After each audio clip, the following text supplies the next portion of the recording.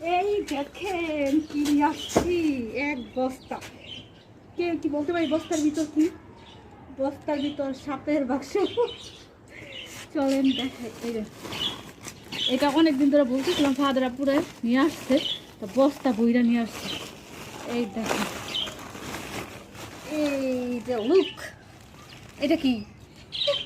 তালের শ্বাস। এই তাল দিয়ে কত কিছু খাওয়া যায়, তাই না? এক বস্তা তালের শ্বাস নিয়ে আসছে। এই দেখেন, এটা নিয়ে আসছে নাকি 200 টাকা দিয়া। এখানে আমাদের যে পূর্বাচলে পাওয়া যায় 300 ফিট, ওখান থেকে কিনে নিয়ে আসছে।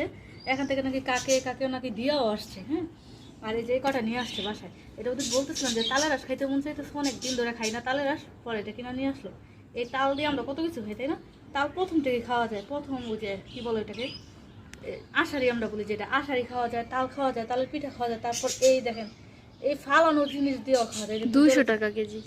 200 টাকা কেজি নাই, 200 টাকা দিয়ে এক বস্তা নিয়ে আসছে। এক পিস নাকি 10 টাকা করে বিক্রি করতেছে, ওখান থেকে নিয়ে আসছে। এই তালের আঁশ দিয়ে নানি কি করতো, মানে দুধের সাথে এই সবার ভিতরে যে ইটা পাওয়া যায় আঁশটা, ওইটা রান্না করতো, মানে সেমাই রান্না করতো, এত মজা খাইতো ওইটা। আজকে এই তালের আঁশ কাটবো আর খাবো। এই এক বস্তা তালের আঁশ নিয়ে আসছে, দেখছি।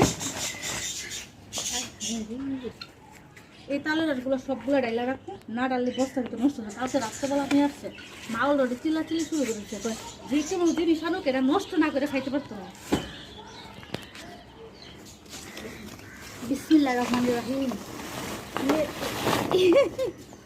কতগুলা? দেখেন কতগুলা, এখন নাকি 200টা আছে।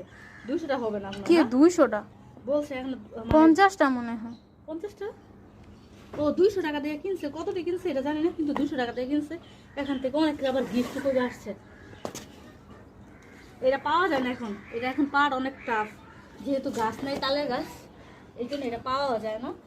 আর এই আঁশগুলা নানু কি করতো, নানুর যে পাকের রুম ছিল, পাকের রুমের পিছে ছাই ছিল, রান্না করা ছাইয়ের মধ্যে গুঞ্জা রাখতো এই আঁশগুলা। আর কি তো সেখান থেকে চুরি করে নিয়ে খাইতে পারে। নানি কত এমনি খাইস না, এমনি খাইস না, সেমাই রান্না করে দেবো তারপর খাইস। আজকে কাঠ খাও। টাটা।